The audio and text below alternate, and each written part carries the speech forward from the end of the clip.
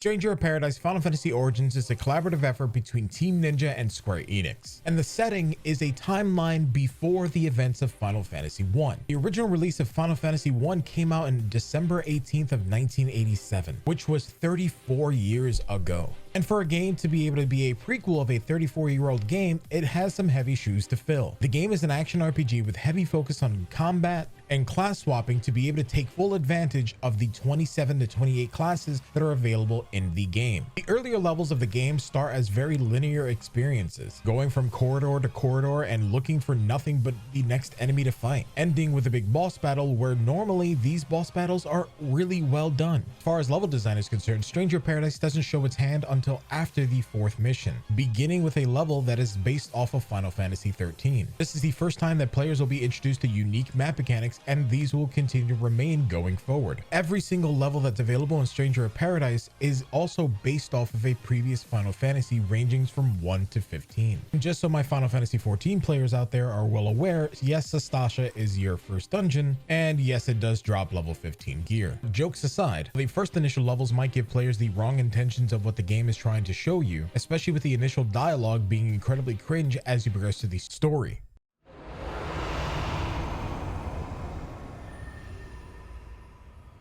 That's all?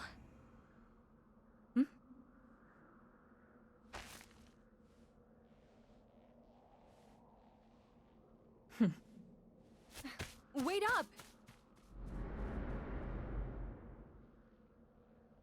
But what players may not be able to see right away is that there are actually two storylines that are happening, and they will lead to the same conclusion. One of those storylines is the one that everybody is going to be playing and familiar with, the storyline of Jack Garland and his companions. This story will lead you to very iconic bosses, and the bosses that you might be familiar with if you did play Final Fantasy 1. There are also bosses that you might be familiar with from other entries of the Final Fantasy series. And while the other story that's being told isn't directly in your face like it is the storyline of Jack and his companions, this is a storyline that's being told through the Fool's Missives and the Lufinian reports that are available as collectibles in the game. These reports and missives are actually telling the story of what's going on alongside and prior to the story that we now know with Jack and his companions. Players might be thrown off by this, considering the fact that the dialogue that we see from Jack is full of memes, and it's almost written as if it's an 80s action movie film with a low budget. While it seems like it doesn't get better, it actually does, and ends on an incredibly high note. Without spoiling too much of the ending, the game ends on such a great, incredible note that it's worthy of seeing Garland as not only a villain, but the hero that we see him being throughout the events of Stranger of Paradise. Both storylines added together through the lore missives as well as the cutscenes that we wound up playing through add to an incredible experience that ties everything up with a neat little bow to make any Final Fantasy fan excited for anything that's to come going forward. As far as the class system is concerned, the game uses a dual job system. The 28 classes, you can choose 2 of those to be able to act as your main and sub job. From here, all of those jobs will be able to use several different weapons that are available to them, each job also having unique mechanic, passive abilities, as well as combo abilities that are for that specific class, allowing you to be able to change your combat style on the fly to be able to suit the situation that you might see yourself in. There are also action abilities that you can wind up learning that'll be able to augment your playstyle even further should you choose to level up every single class in the game. The post game is also not something to scoff at either. For those of you guys who might be familiar with the Neo system, to beat the game, you then get access to a new class as well as the Chaos mode. Chaos mode then allows you to be able to select any of the missions that are available to you and then level them up and unlock them through the means of what's called anima crystals. This will allow you to be able to grind for better gear, leading up to the item level cap of 300. The game also has what's called a smithy system, which allows you to be able to change the sub abilities that are on each piece of equipment, as well as allow you to be able to upgrade those abilities on each set of equipment as well. Fortunately, the only thing that this game does not have is a transmog system, and this is kind of unfortunate considering the fact that all of the armor sets, or at least most of them, look incredibly good. Players who may not be familiar with Final Fantasy and are definitely familiar with games like Neo will find themselves at home, especially once they start leaving the initial levels of the game. One other thing to note that makes this game stand above all else is that while some missions are definitely single player only, it does have 3-player co-op. So you'll be able to go around and hunt chaos with your friends and not have anything to worry about. The way that co-op works is actually incredibly simple as well. The host will play as Jack, and then the 2 other players that wind up joining them will take their equipment and classes and and then play as any of the party members that the hosts have set. Ultimately, I feel like Stranger of Paradise is an incredibly well managed game that suffers with its hard to follow story, unless you're paying attention to its collectibles. While the combat, the class system, and everything else is faithful to previous Team Ninja games as well as Final Fantasy games, most players won't be able to fully appreciate the story until they wind up getting to the end. And while I personally wish there were more side missions, more classes and gear options for my AI partners, and the ability to turn off bloom in certain maps and areas, I personally have to give this game an 80 out of 100.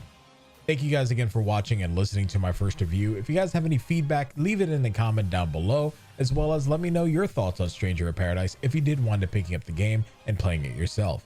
Anyway, stay awesome, stay beautiful. I'll see you guys in the next video. Peace.